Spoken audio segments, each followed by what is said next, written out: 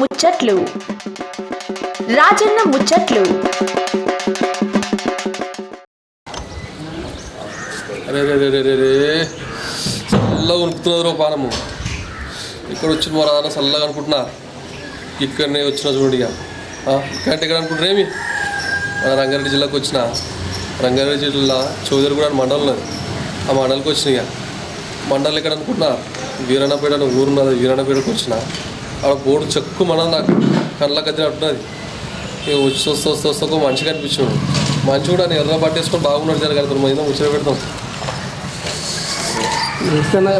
ఏ ఊరే అది వీరన్నపేట. ఇదే నువ్వు అనుకుంటా నేను నేను అనుకోవాలి. చలి ఎట్లా ఉన్నదా? చలికి మొత్తం ఉడుకుతున్నా. మంచిగా తీసేది ఏం చేద్దాం ఇక వేసుకున్నా. ఇక పట్నంలో కొట్టుకున్నాను. అప్పుడు పోయినట్టు కదా ఇక మీటింగ్ పోయి కాడ కొనుక్కున్నానా. ఎంత ఉంటుంది?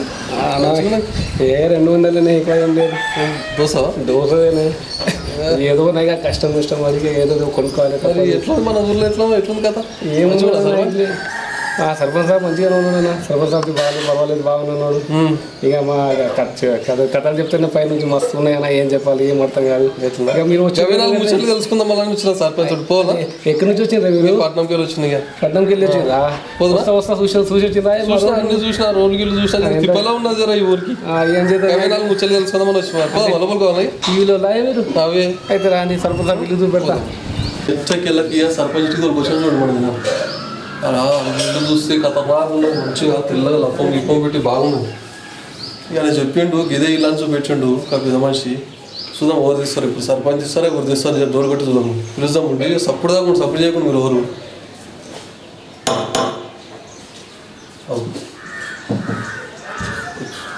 వచ్చాడు. అన్న నమస్తే అన్న. బాగున్నావా? మీ ఊరికి వచ్చిన ముచ్చేద్దామని చెప్పి పెట్టాలన్నా వాళ్ళు వచ్చిన మబ్బులా ముసలావా ఇంటికాడ కొట్టాడింది. తప్పలా నా ఊర్లో వీరన్నపేటలో మంచిగా ఉన్నాడు మన సర్పంచ్. 20 ముచ్చలు పెట్టి రాటాను.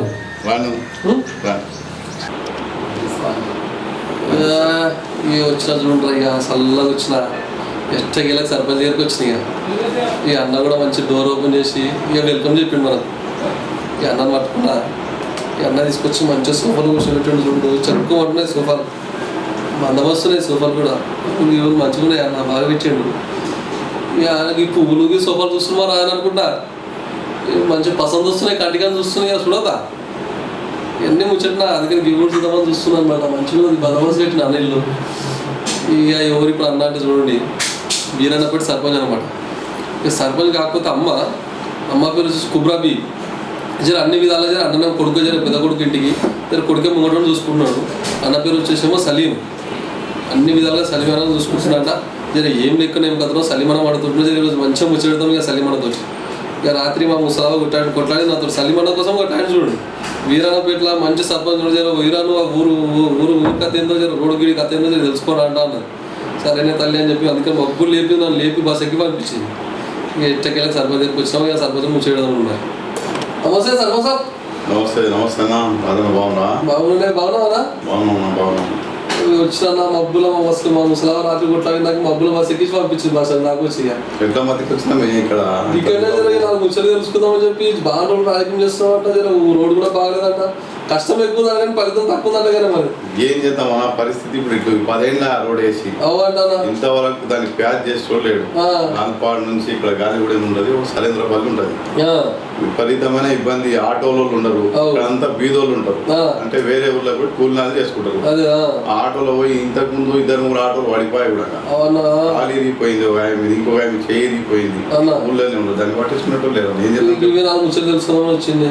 మరి వస్తే మనిషిని బయట పెట్టినా ఎర్రాంగి వేసుకున్నా కంటి చక్కు మన దానికి ఆయన ఎక్కడ అవుతున్నావు బట్టి మీ సర్పంచ్ గారికి విషయం వస్తా అని చెప్పి పర్మిషన్ తీసుకుని వచ్చినప్పుడు చేతిలో గిద్దకు అంతా విషయం పంపించింది. ఊడ్చేటోళ్ళే కదా మన ఇంటికాడ చూడాలి పేరు బయట నుండి ఇప్పటిదానికి ఎర్రాంగి వేసుకొని అల్లి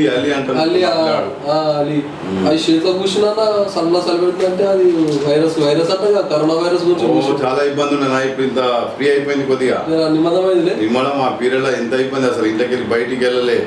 పల్లెటూరులో పిల్లలు కూడా బయట ఆడనీయలే. తలుపులన్నీ బంద్ చేయించిన మొత్తం ఎక్కడిదక్కడ. మరి అలాంటిదైతే మన ఊర్లో ఏం లేదు ఏం లేదన్న, ఇంతవరకు ఎవరికి ఆ ప్రాబ్లం రాలేదు. ఒక్కటి మనకి అంగన్వాడీ మేడంలే ఆమెకు వచ్చిందండి, ఆ రోజు మొత్తం చుట్టుముట్టు బంద్ చేయించి మొత్తం ఇంట్లోకి తీసుకుపోయి ఇచ్చినాం. కూరగాయలు కానీ మంచి చెడు మొత్తం అన్ని ఇచ్చినాం. ఇక కంట్రోల్ అయిపోయింది, ఎవరికేం ప్రాబ్లం లేదన్న. ఇప్పుడైతే ప్రశాంతంగా. ఇంకోటి ఊళ్ళో ఏం చేస్తున్నా, పొద్దున్న లేచి చేనులకి వెళ్ళిపోతారు. వాళ్ళకు ఒకరితో ఒకరు టచ్ చేయలేకపోతే ఏమన్నా పొద్దుట కూడా ఛాయ్ తాగుతుంటారు రోడ్డు కాడికి పోయి. ఇక అంత పెద్ద మనుషులు కలిసి ఛాయ్ తాగి ఆ తర్వాత చేనులకు వెళ్ళిపోయి సాయంకాలం వరకు రావాలి. కలిసేది లేదు, ఎవరికొరు కలిసేది లేదు. ఇప్పుడు సిటీలో అంటే ఒకదాన కలుస్తారు, కంపెనీలు పని చేయడం. ఇక్కడ ఏం అవన్నీ లేకుంటే ఇంకోటి పూలు పడతారు. ఇక కరోనా అనే రకాల ఇల్లు చాలా పూలు పట్టి ఊళ్ళో అయితే భయపట్టిరు. ఇక మొత్తం మన ఇంటి చుట్టూ తిరుగుతున్నారు. ఎట్లా చేద్దామంటే రాదమ్మ, మనం మదితానికి కూడా మదితానికి ఎందుకు వస్తారు. ఏదో సమయంలో ఏం ఇబ్బంది లేదు మా దగ్గర.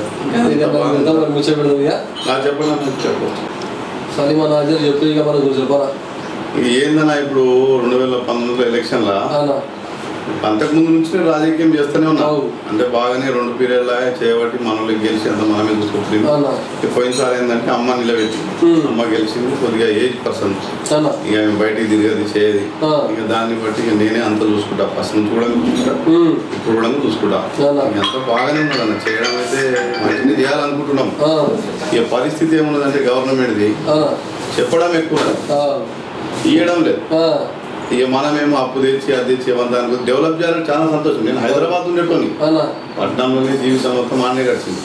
ఎన్ని రోజులైనా నా ఊరు నాకు కావాలంటే చెప్పి ఊళ్ళోకి వచ్చిన. ఊళ్ళోకి వచ్చి నేను ఆ చుట్టుముట్టు ఇండియా మొత్తం తిరిగినోని. నా ఆలోచన ఏంటంటే మా ఊరు కూడా బ్రహ్మాండంగా ఉండాలి, చెయ్యాలి, పేరు రావాలి నాకంట చెప్పి నా ఆలోచన. మేము మా ఊరు రైతు పిల్లలని, ఇక్కడ వ్యవసాయం కూడా చేసుకుంటా.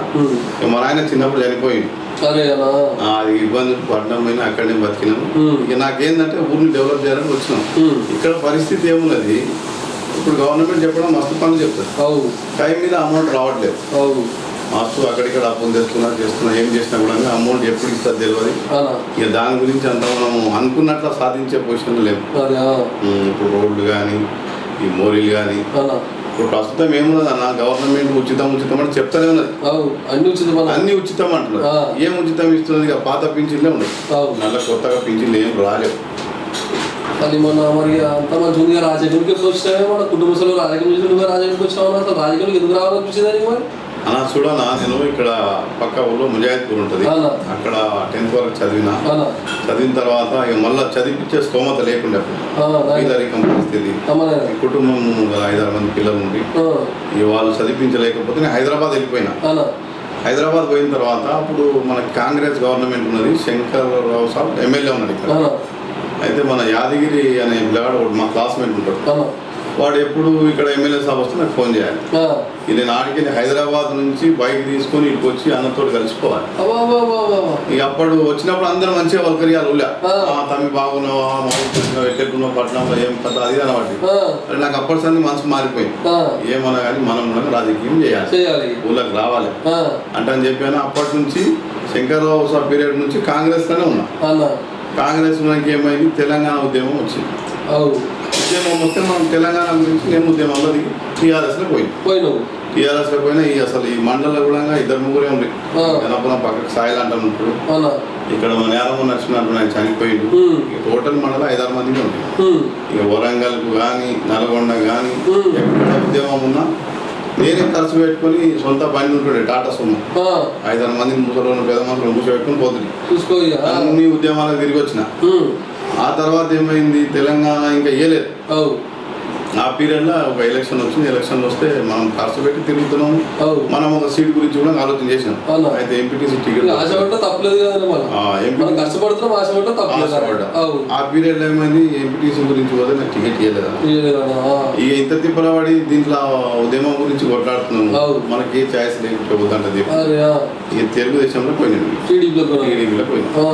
టీడీపీలో పోయినాక ఏమైంది, మన మనిషిని రిజర్వేషన్లో 2 సార్లు సర్పంచ్ అయింది. ఆ పీరియడ్ నుంచి కూడా 2 సార్లు సర్పంచ్ మనోళ్ళు అయింది, దాంట్లో పనిచేసాను. ఆ తర్వాత మెల్లమెల్లగా ఈ తెలంగాణ వచ్చిన తర్వాత టీడీపీ ఇక కుదరదంట అని చెప్పి కాంగ్రెస్ ఫస్ట్ నుంచి కూడా మనకు మంచిగానే. ఇక కాకపోతే దాంట్లో లీడర్లు అంతా కింద మీద ఉండేది, పెద్ద మనుషులే ఎక్కువ వాళ్ళకి తీయకుండా. ఇక దాని నుంచి ఇక మనం టీడీపీకి వచ్చాము, ఆ దాంట్లో బాగా చేసినాం. కాంగ్రెస్లోకి వచ్చిన సర్పంచ్గా గెలుస్తున్నాం. ఇక అప్పటి నుంచి రాజకీయం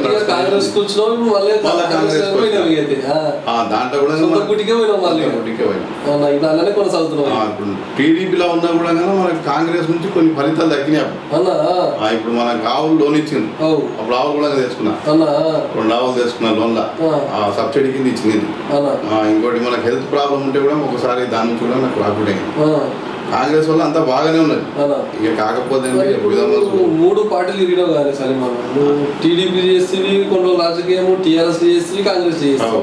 మరి 3 ఏది న్యాయం అనిపిస్తుంది, ఏది పసంद అనిపించింది వాళ్ళ అన్నా? ఇప్పుడు అట్లంటే ఈ బీదోళ్ళు ఎవరైతే ఉంటారు కదా వాళ్ళ గురించి అయితే 100% కాంగ్రెస్ కరెక్ట్ అన్న, పక్కా. ఇది ఎందుకంటే మనకు అనుభవం, ఆ పార్టీ చూసినాం, ఈ పార్టీ చూసినాం, అన్ని చూసినాం.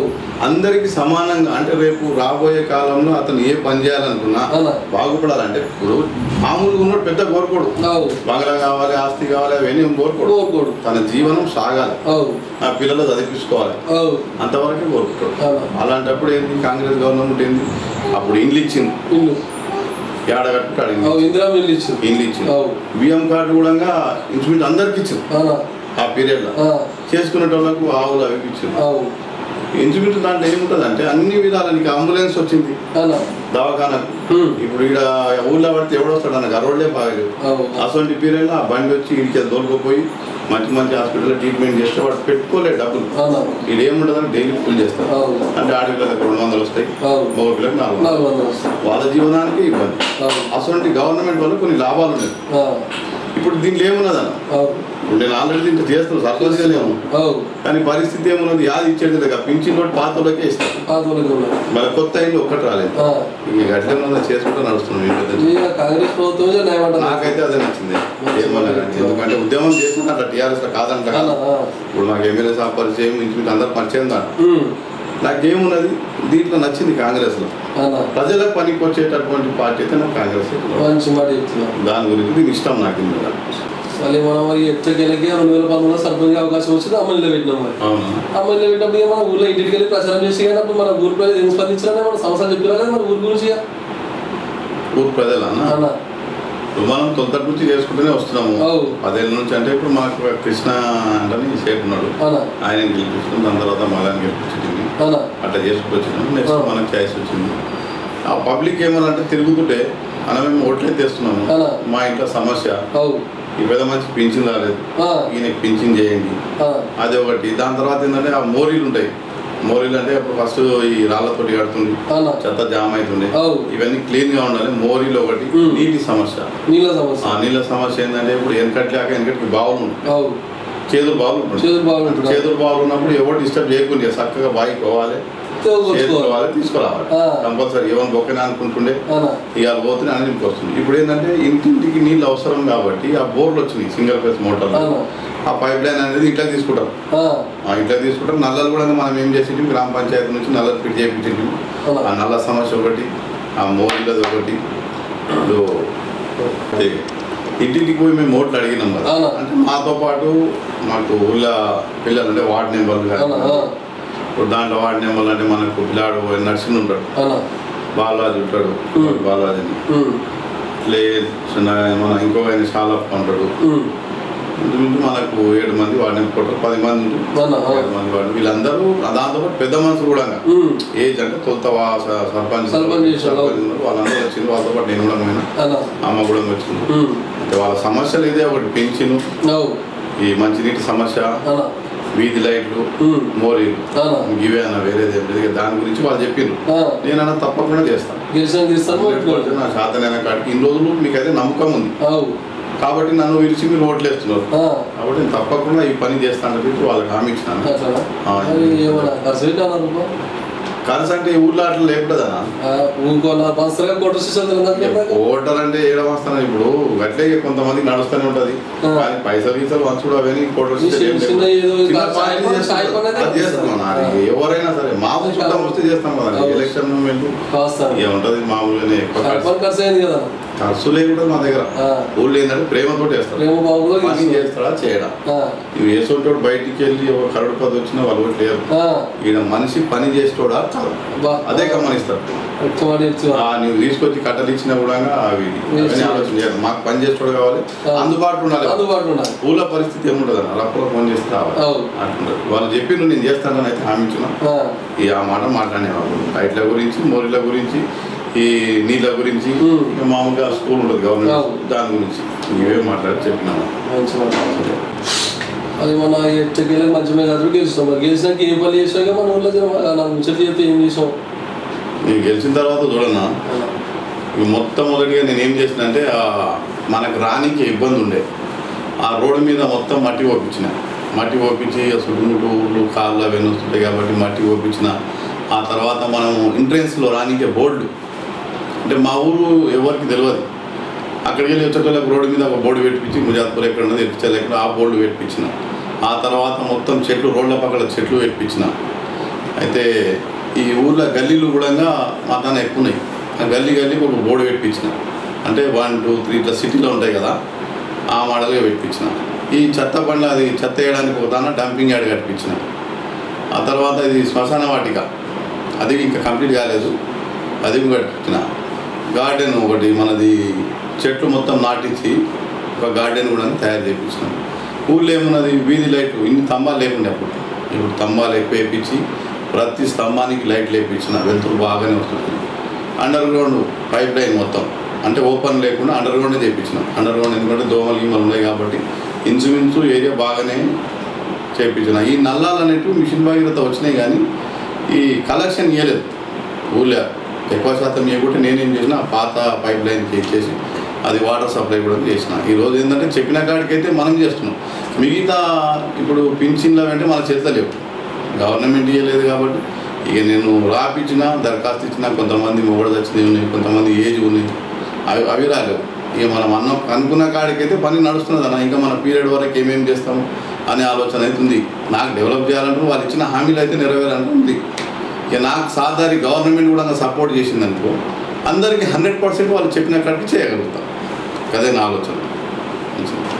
అది మరి అట్లా మన తెలంగాణ ప్రభుత్వం రూపాయలు 30 రోజుల ప్రణాళిక 10 రోజులు ఏం పని చేసేగా మన ఊళ్ళో 30 రోజులు దానా 30 రోజుల ప్రణాళికలు చూడండి.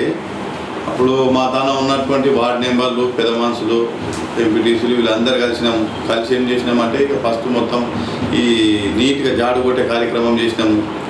ఆ పాత ఇండ్లు ఉండే మా దగ్గర 20-25 ఇండ్లు ఉండే, అంత వాళ్ళు పట్టణం పోయిన ఎక్కడెక్కడ ఉంటున్నారో ఆ ఇండ్లు మొత్తం కూలగొట్టి సాఫ్ చేయించి చెట్లు పెట్టించి ఆ మోరీలు అంతా దాంట్లో ఏంది మురికి నీళ్ళకి లాగితే అప్పుడు ఏం చేసినంటే ఆయిల్ కలిపి ఆ బాగు పోయమన్నారు. అది ఆ దోమల మందు కొట్టించి మన బ్లీచింగ్ పౌడర్ తలిపించినాం. ప్రణాళికల మొత్తం ఆ మొరం 7 రోడ్లు కొద్దిగా కిందికి మీదుకుంటే అవన్నీ మొరం మీద కొట్టించినాం. ప్రణాళికలు ఇవే పనులు చేసినాము, చెట్టు కూడా నాటిపించినాము. సొంత నిధులతో కార్యక్రమం చేసినా సొంత నిధులతోటైనా చూడండి. కొద్దిగా రోడ్డుకి ఇబ్బంది ఉండే కాబట్టి మట్టి కొట్టించిన ఆడికి 2 సార్లు కొట్టించాను. ఎందుకంటే గుంతలు చాలా ఉన్నాయి, ఆ వానవాడి ఇంకా గుంతలు అసలు కారు నడవనీకినే రాదు. ఇక పబ్లిక్ పట్టణంకి వెళ్ళి వస్తుంది, అంటే ఇక్కడ ఉన్న మొత్తం హైదరాబాద్ ఉంటారు. వాళ్ళు ఏం తమ్మి నువ్వు సర్పంచ్ అయినావు, ఇక రోడ్డు పరిస్థితి ఇట్లుండదు అంటే ఏమన్నా కానీ నేను చేస్తానని చెప్పి ఆ మట్టి మొత్తం ఓపించిన. ఆ తర్వాత మా దగ్గర గవర్నమెంట్ స్కూల్ ఉంటుంది, అంటే పిల్లలంతా ఏం చేయాలి, ఊళ్ళో ప్రైవేట్ స్కూళ్ళలోకి పోతే బట్టలు గిట్టలు బాగుంటాయి, వాళ్ళ మొత్తం షూస్ వేసుకొని పోతారు, అంత మంచిగా ఉంటుంది. వాళ్ళ మైండ్ మొత్తం ప్రైవేట్ దాంట్లోనే. అంటే మనం సంపాదించేదానికి ఆ ప్రైవేట్లు ఏమి వేస్తారా, ఇప్పుడు మనకు కావాల్సింది మన స్కూల్ని మనం డెవలప్ చేసుకుందాం అంటే అని చెప్పి ఒక నిర్ణయం తీసుకొని అందరినీ కూర్చోబెట్టి మీటింగ్ పెట్టి వాళ్ళతో మాట్లాడితే మంచి చదువు కావాలి మనకు. దాంతోపాటు ఏంటి, ఆ పిల్లలు కూడా నీట్గా ఉండాలి. ఊళ్ళో ఏముంటారు సార్ అంటే చేనుకోయేటప్పుడు వాళ్ళు రప్పున తయారు చేస్తారు ఉన్నకానికి టిఫిన్, ఆ పిల్లగానికి టిఫిన్ కూడా అవసరం లేదు, ఎందుకంటే స్కూల్లోనే అన్నం పెడతారు, ఎట్లలో పంపిస్తారు. అట్లా కాకుండా వాళ్ళందరినీ మాట్లాడితే అందరు కొన్ని ఊళ్ళో ఎప్పుడు పైసలు వేసుకున్నారు, కొద్దిగా మనం కూడా సహాయం చేసి ఈరోజు పిల్లలకి ఏంటంటే మంచి డ్రెస్సు, దాంతోపాటు స్కూల్లో చదివించడానికి సపరేట్ ఒక టీచర్ని పెట్టినాం. అంటే వీళ్ళు సరిపోక ఎక్స్ట్రా పెట్టించి పిల్లలకు మంచి చదువు చదువుతున్నారు. ఇక లాక్డౌన్ వచ్చినా కొద్దిగా ప్రాబ్లం వచ్చింది, కానీ ఇక్కడ బ్రహ్మాండంగా అసలు చూస్తే నీకు ప్రైవేట్ స్కూల్లో కూడా అంత ఎడ్యుకేషన్ లేదు. పిల్లలు శ్లోకాలు కానివ్వండి, నీకు ఏకాలు గుణికాలు కానీ ఏదైనా బ్రహ్మాండంగా చదువుతారు, ఫస్ట్ క్లాస్ చేస్తారు. ఆ ప్రోగ్రామ్ అలా పెట్టి సెట్ చేసినాం. అంటే ఈ పిల్లలు చదువుతులేరా పేరెంట్స్కి తెలవాలి కదా, అట్లా చేసాం, సొంతంగా కొన్ని పనులు చేసినాం అంటారు. సరే మొన్న అట్లా మరి మన తెలంగాణ ప్రభుత్వం గురించి సంక్షేమ పథకాలు అయితే వాటి గురించి మీ అభిప్రాయం చెప్పాను. ఈ పథకాలేనా, ఈ పథకాలు ఏమున్నాయి, ఏం కొత్త పథకాలు కొద్దిగానే ఉన్నాయి, పాత ఇవన్నీ. ఇప్పుడు ఆ రోజు కాంగ్రెస్ గవర్నమెంట్ పింఛన్లు ఇచ్చింది, ఆ రోజు 200, ఈరోజు 2016 ఇస్తున్నారు. ఇచ్చిన కూడా ఏమన్నది నీకు రేట్లు అప్పటికి ఇప్పటికి చాలా తేడా ఉన్నది. అప్పుడు వాళ్ళు ఆడపిల్లలకి ఏంది కాసు, ఆకులు, సిగరెట్లు, బీడీలు ఇవన్నీ తాగుతున్నారు, దవాఖానకు పోతుంటారు, ఇవన్నీ ఖర్చులు అప్పటికి ఇప్పటికి చాలా తేడా ఉన్నది. సేమ్ పథకం మిగతా ఏమన్నది మహిళది, అప్పుడు కూడా గ్రూపులు ఉండే, వాళ్ళకు కూడా స్కీమ్లు ఉండే, ఇప్పుడు కూడా అదే ఉన్నది. కొత్తగా ఏమున్నదన్న ఇండ్లు ఇచ్చిండ్రు. ఇండ్లు అంటే ఆ పీరియడ్లో ఇప్పుడు అసలు ఇండ్లు ఇవ్వలే, ఒక్క ఇల్లు కూడా కట్టిపోయలే ఇంతవరకు. ఆ రోజుల్లో వాళ్ళు ఎక్కడ స్థలం ఉంటే అక్కడ కట్టించారు. మనదే జాగ ఉన్నది, పూల కొట్టుకోవాలి, ఇల్లు కట్టుకోవాలి. అప్పటి పీరియడ్లో మా తానే 120 ఇండ్లు కట్టి, ఇప్పుడు ఒక్క ఇల్లు కూడా లేదు. కొత్తగా ఇచ్చింది ఏమన్నా చెప్పండి. ఇంకా అప్పుడే ఒక్కటి కూడా నీకు రేషన్ కార్డు రాలేదు, బియ్యం గురించి కొత్త కార్డే రాలేదు ఎవరికి, పింఛన్లు కొత్త పింఛన్లు రాలేవు ఎవరికి. అయితేనా పథకాలది కొత్తగా ఏం లేదు, అప్పుడున్న పథకాలు దానికి సరిపోయినంత ఉన్నది. ఇప్పుడు కరెంట్ ఆ రోజు కూడా ఉచితంగా ఉన్నది, ఇప్పుడు ఈరోజు కరెంట్ ఇస్తున్నారు, ఇండ్లు ఇచ్చిరి. ఇంకోటి ఆరోగ్యశ్రీ ఉంది, ఇప్పుడైతే నమ్మకం లేదు, యాదవ్ ఒక తాను ఉన్నది ఒక తాను లేదు. అప్పుడు ఏడుకోతాడికి కథం తీసుకోకపోతే వాడు ట్రీట్మెంట్ చేసుకొని రావాల్సింది. మంచి భరోసా మీద అది కూడా 100% అవుతుండే. ఆడికెళ్ళి పంపించి మళ్ళీ వచ్చేటప్పుడు వానికి కిరాయి వేయాలి, కిరాయి ఇచ్చి గోళీలు ఇచ్చి అన్ని ఇచ్చి మళ్ళీ నెక్స్ట్ ఎప్పుడు వస్తున్నావు అని చెప్పి ఒక టైం ఇచ్చి పంపిస్తుంది. దాని తప్ప ఇప్పుడు కొత్తగా ఏమీ లేదు. మన ఆలోచన ఒకటేనా, ఈ పథకాలలో ఈ మాటల్లో చెప్పడమే ఎక్కున్నది కానీ ఇవ్వడం అయితే లేదు. మేము వచ్చినప్పుడు సరే కొత్త పింఛన్లు ఒక్కరికి కూడా రాదు. ఆ తర్వాత ఎంతమంది చనిపోయింది, వాళ్ళు దరఖాస్తు రాసి 90 చుట్టూ తిరుగుతారు, మనం ఏం చేద్దామా. అప్పుడు నువ్వు రాసినప్పుడు ఇక్కడనే డిసైడ్ చేస్తుంది గ్రామ పంచాయతీలోని, అలా ఈ పింఛన్ రాయాలంటే రాసిస్తే దరఖాస్తు మండలం నుంచి శాంక్షన్ అవుతుంది. కాబట్టి ఇప్పుడు కొత్తగా చేసింది ఏం లేదు ఇట్లా. సరే మనం మరి చాలా మంచి కూర్చొని చెప్తే మరి చివరిగా చెప్పాలనుకుంటా అన్న మరి మా చాలా ప్రభుత్వాన్ని చెప్తామన్నా. ఎందుకంటే మన కూడా ఊరికి కొన్ని పనులు చేయాలంటుండదు నాకు. ఇప్పుడు మనకు ఎమ్మెల్యే సాబు అంజన గారు ఉన్నారు మనకు, ఆయన కూడా పార్టీలు కూడా మంచిగా క్లోజ్గానే ఉంటాడు. మాకు కావాల్సింది ఏంటంటే ఊళ్ళో అసలు ఇక్కడ పశువులు ఎక్కువ ఉన్నాయి. రైతులు ప్రతిదానికి ఇప్పుడు హాస్పిటల్ పోవాలంటే ఇబ్బంది. ఒకటి పశువులకు మనకు హాస్పిటల్ కావాలి ఇక్కడ. దాంతోపాటు ఇప్పుడు ఈ సీసీ రోడ్స్ ఉన్నాయి, దాన్ని కంప్లీట్ చేయాలి. ఇంతవరకు అంటే 2-3 రోడ్లే ఉన్నాయి. ఆ మోరీలు, సీసీ రోడ్లు, ఈ పశువులకు అనేది హాస్పిటల్, స్కూల్ బిల్డింగ్ కూడా ఏంటంటే పాతగా ఉండేది. ఆ బిల్డింగ్ కొద్దిగా మొన్న తీసేసినాం, వర్షాకాలంలో పడిపోతే టాప్ తీసేసినాం 2 బిల్డింగ్లకు. దాన్ని కూడా మళ్ళీ అన్నప్పుడు చెప్పి గవర్నమెంట్ ద్వారా స్లాబ్ వేపియాలి. అట్లాగే ఇప్పుడు మన దగ్గర రైతులు ఉన్నారు, వాళ్ళకి అక్కడ పోనీకి ఇబ్బంది ఉన్నది. అంటే మన ఊరు నుంచి 2-3 కిలోమీటర్ల దాకా పొలాలు ఉన్నాయి అడిగికి. ఆ పొలాలకు ఏమవుతున్నది, ఆ చెరువు కట్ట మీదకి వెళ్ళిపోవాలి, ఆ కాలువలకు వెళ్ళిపోవాలంటే ఆ రోడ్ నేను 10 ఏళ్ళ సంది చెప్తున్నా, మనకు ముఖ్యమైనటువంటి రోడ్ అది. రైతులు ఏమన్నా సంచులు తీసుకోవాలనే డిఏపి కానీ యూరియా కానీ వచ్చేటప్పుడు సామాన్ కానీ వీటి గురించి ఇబ్బంది ఉన్నది. ఆ రోడ్ ఒకటి మనకు కంప్లీట్ చేయాలంటే మన అన్నకు కోరుతున్నా. దాంతోపాటు ఇప్పుడు మనకు ఈ కొద్దిగా హాస్పిటల్ కూడా ఇబ్బంది, ఏజ్ ఉండరు, దూరం పోవాలంటే కష్టం. సమయానికి ఏదైనా జరిగిందనుకో ఇక్కడ ఒక మాకు హాస్పిటల్ కావాలి. అంటే పిల్లలు ఉన్నారు, మంచిగా చదివిన పిల్లలు ఉన్నారు కాబట్టి ఒక లైబ్రరీ కావాలి. లైబ్రరీ గురించి నేను ఒకటి ఇక్కడ పాతది ఒక బిల్డింగ్ ఉంటుంది, దానికి ట్రై చేసిన. కాకపోతే ఈ ఫండ్స్ రానందుకు అంత ఇబ్బందులు పడడం వల్ల దాన్ని గడలేకపోయినా. మన ఎమ్మెల్యే సాబ్ సహకారం చేస్తే అది కూడా చేస్తాం. కాకపోతే ఇంతవరకు గ్రామ పంచాయతీ బిల్డింగ్ అనేది లేదు మాకు. పాతది ఉండే వెనకడిది, అది మొత్తం కురుస్తుందో గ్రామ పంచాయతీ బిల్డింగ్ కూడా మాకు 100% ఇప్పుడు అవసరం. దాన్ని బట్టి ఇవన్నీ మనకు సహకారం ఎమ్మెల్యే సాబ్ చేస్తే గవర్నమెంట్ ద్వారా తప్పకుండా నేను డెవలప్ చేయాలని నాకు కోరిక ఉన్నది. ముఖ్యంగా మాకేంటంటే రాబోయేటటువంటి దారి ఉన్నది కదా, లాల్పాడ్ నుంచి ఇక్కడ గాలిగూడెం కానీ లాల్పాడ్ నుంచి మనకు సరేంద్రపల్లి కానీ ఈ రోడ్డుకు పట్టించుకుంటలేదు మేము. అది కావాలి, కమ్సకం ప్యాచ్లను ఉండాలి. ఎందుకంటే ఎడ్ల బండి ఉంటుండే, సైకిల్ ఉంటుండే, 4-5 గంటలకు ఒకసారి బస్సు వస్తుండే. ప్రతి ఇంటింటికి ఇప్పుడు బైకులు, కార్లు. ఇప్పుడు ముఖ్యంగా మా అప్పుడు ప్రతి ఊళ్ళో అక్కడనే పనిచేస్తుండే. ఇప్పుడు ఏమున్న పరిస్థితి అంటే ఈడికెళ్ళి హైదరాబాద్ పోయి పనిచేస్తుండ్రు, ఈడికెళ్ళి వేరే పల్లెటూరుకి పోయి పనిచేస్తున్నారు. అంటే ట్రావెలింగ్ ప్రైవేట్ బండ్ల మీదే పోతుంది. అంటే దారి తప్పి ఎన్నోసార్లు కింద పడుతున్నారు, దెబ్బలు జరుగుతున్నాయి. ఇది కూడా కంపల్సరీ మాకు అవసరం. మనకు సహకారం గవర్నమెంట్ చేస్తే ఇవన్నీ నేను చేయగలుగుతాను. ఇప్పుడు నాకు కూడా ఏంటంటే మా పబ్లిక్ మంచిగా చూడాలి, నాకు ఊరు ఆదర్శంగా ఉండాలి. ఇప్పటికే చెప్తారు అన్న ఈరినపేట బాగా చేసినామని, కానీ మాతనేది మా బతుకు మాకే ఉంటుంది. గవర్నమెంట్ సహకారం చేసింది అనుకో, రోడ్లు వేయగలుగుతా, లైట్లు వేయగలుగుతా, మోరీలు వేయగలుగుతా.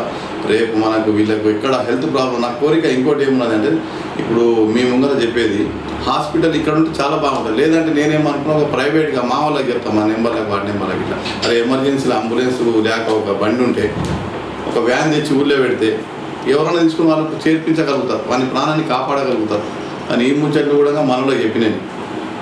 కాబట్టి గవర్నమెంట్ సహకారం చేస్తే అన్నీ చేయాలని కోరుకున్నదన్న. మా ఊరికి ఆదర్శంగా చేస్తాను నేను ఉన్నంత వరకు, తప్పకుండా చేయాలని కలం. ఇక మన అంజన మనం చూడాలి, మా మీద దయ పెట్టాలనుకుంటారా. బాగానే ఉంటాడు మనతోటి, ఎప్పుడైనా పలకరిస్తాడు, తమ్మి ఏంది అంటాడు. కానీ మనకు పని కూడా చేపిస్తే బాగుంటుందని నా ఆలోచన. అంజన అది మనం మరి చాలా ముచ్చట చెప్తే నేను పోతే మా ముసలా ఇంటికాడ చూస్తే నాకు రాత్రి బో పెట్టలేదు. నాకు ఇంటికి ఫస్ట్ వీరన్న పెట్టుకొని నువ్వు ఇంటర్వ్యూ చేసుకున్నా అంటాను. ఇప్పుడు పోయి కొట్లాడతాం మా ముసలా, మంచిగా కూర తీసుకోకపోయి వండుకొని ఇంటికి అదన కొద్దిగా టిఫిన్ గిట్లా చేసుకోండి. ఇందాక వచ్చిండ్రు, మా ఊరు దూరం, మీరు ఆడ ఉంటారు, పట్నం ఉంటారు అంటారు, ఎప్పుడు లేకుండా వచ్చిండ్రు. మా మీద చేపిస్తుంది. మన ఊళ్ళో రొట్టెలు ఉంటాయి, ఇప్పుడు దోశలు ఇడ్లీలు అవి తినరు. కానీ ఇక్కడ జొన్న రొట్టెలు చేస్తాము, తిను ఇక మంచిదా చూడండి. ఇక మమ్మల్ని కూడా దయాజుడు ఎప్పటికీ ఇప్పుడు మాతో టచ్లో ఉంటే బాగుంటుంది. మేము కలుస్తుంటాం మీకు ఎప్పుడన్నా మా ప్రోగ్రామ్స్.